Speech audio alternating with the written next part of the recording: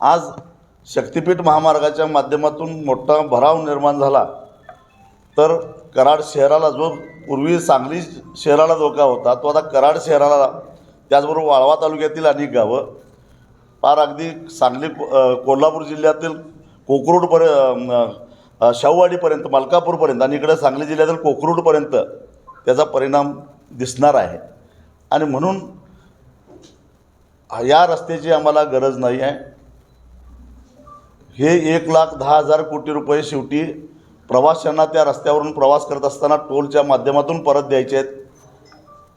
आधीच महाराष्ट्रावर प्रचंड कर्ज असताना 1,10,000 कोटी कर्जाची गरज नाही आणि म्हणून हा रस्ता रद्द करावा. आम्ही 12 जिल्ह्यामध्ये जाऊन आलेलो आहोत. 16 तारखेला आमचे परभणीला मोर्चा आहे, 17ला हिंगोलीला आहे.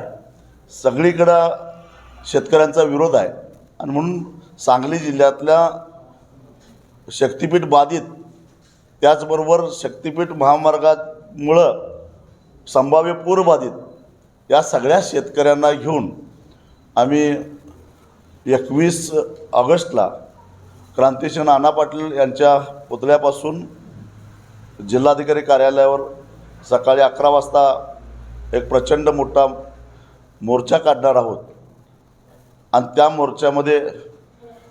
मोर्चाच्या माध्यमातून सरकारला आम्ही इशारा देणार आहोत की संयुक्त मोजणी करण्यापासून आम्ही त्याला अडथळे आणू, कारण शक्तिपीठ महामार्ग हा शेतकऱ्यांना नको असलेला महामार्ग आहे.